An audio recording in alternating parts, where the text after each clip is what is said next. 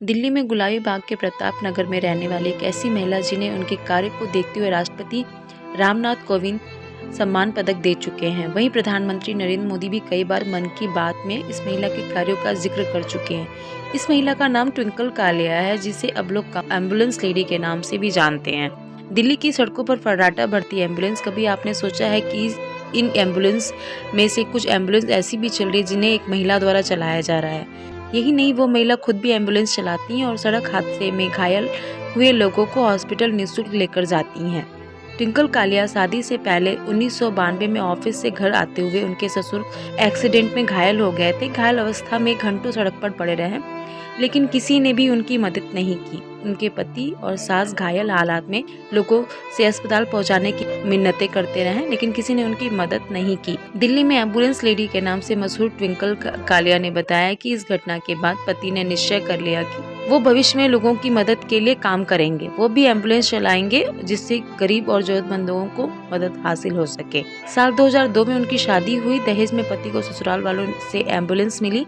इसके बाद उन्होंने गरीब और जरूरतमंद लोगों की मदद करना शुरू कर दिया। आज उनके पास 16 एम्बुलेंस है जो लोगों के लिए काम कर रही है। ट्विंकल कालिया ने बताया कि वो ब्रेस्ट कैंसर से पीड़ित है और उन्हें हेपेटाइटिस बी हो गया था। इसके बाद डॉक्टर उन्हें बेड रेस्ट की सलाह दी, लेकिन उस समय भी उन्होंने हिम्मत नहीं हारी और अपनी जान की परवाह न करते हुए लोगों की मदद करती रही। उनकी इसी सेवा भाव से प्रसन्न होकर देश के राष्ट्रपति रामनाथ कोविंद जी ने उन्हें पुरस्कृत किया है। प्रधानमंत्री नरेंद्र मोदी ने भी अपने मन की बात के कार्यक्रम में उनका नाम कई बार लिया है। पीएम मोदी ने कहा कि उन्होंने लोगों की निस्वार्थ मदद की। शायद शादी से पहले ससुर के साथ हादसा न हुआ तो आज उन्हें ये प्रेरणा नहीं मिलती। ट्विंकल कालिया ने बताया कि बच्चे और परिवार को देखते हुए मरीजों की सेवा अच्छी तरह से करती हैं। परिवार के लोगों को भी अच्छी तरह से सहयोग करती हैं। जरूरत पड़ने पर ससुर भी एम्बुलेंस लेकर सड़कों पर निकल पड़ते हैं और लोगों की सेवा करते हैं। वो पिछले 2 दशक से लगातार निस्वार्थ काम कर रही हैं। आप कब से काम कर रहे हैं, कहाँ से प्रेरणा मिली? राष्ट्रपति ने भी आपको पुरस्कृत किया है, तो किस तरह से आप लोगों ने इस काम को आगे बढ़ाया है? 2002 से हम ये सेवा दे रहे हैं और अभी हमारे पास 16 एम्बुलेंस है। और धन्यवाद करना चाहूँगी मैं भारत सरकार का, जिन्होंने इतना अच्छा अवार्ड देके सम्मान देके सम्मानित किया और पूरे समाज में एक मैसेज दिया कि अच्छे काम करने से हमें एक अच्छा जो है सम्मान मिलता है, और यही मैसेज सब तक पहुँचा। और मैं कहना चाहूँगी हमारा 150 एम्बुलेंस का लक्ष्य है। लोग आएँ, साथ में मिलके हम ये सेवाएं अपनी बढ़ाएं, ताकि हम एक परिवार को, एक ज़िंदगी को बचा सकें और उससे उसका पूरा परिवार बचे।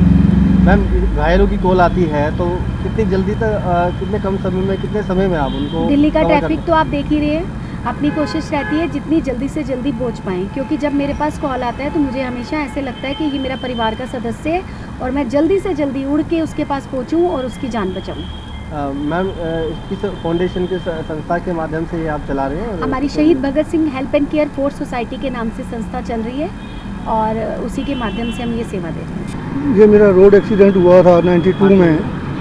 उस तो हमने 8 से 9 हॉस्पिटल बदलने पड़े, तो मैं कोमा में था और कहीं से एम्बुलेंस सेवा उपलब्ध नहीं हो पाई। तो उस वक्त बेटे ने डिसाइड किया था, जो दिन मैं देख रहा हूँ वो दिन मैं किसी को ना देखने दूँ। तो वहाँ मुझे इस लायक बनाए, इस काबिल बनाए कि मैं हर एक की सेवा कर सकूँ। दोनों बच्चे काम कर रहे हैं, लगन से काम कर रहे हैं, मेहनत से काम कर रहे हैं। कभी भी कॉल आता है वो चले जाते हैं, ड्राइवर चले जाते हैं, कोई नहीं होता तो मुझे भी जाना पड़ता है, मैं भी जाता हूँ।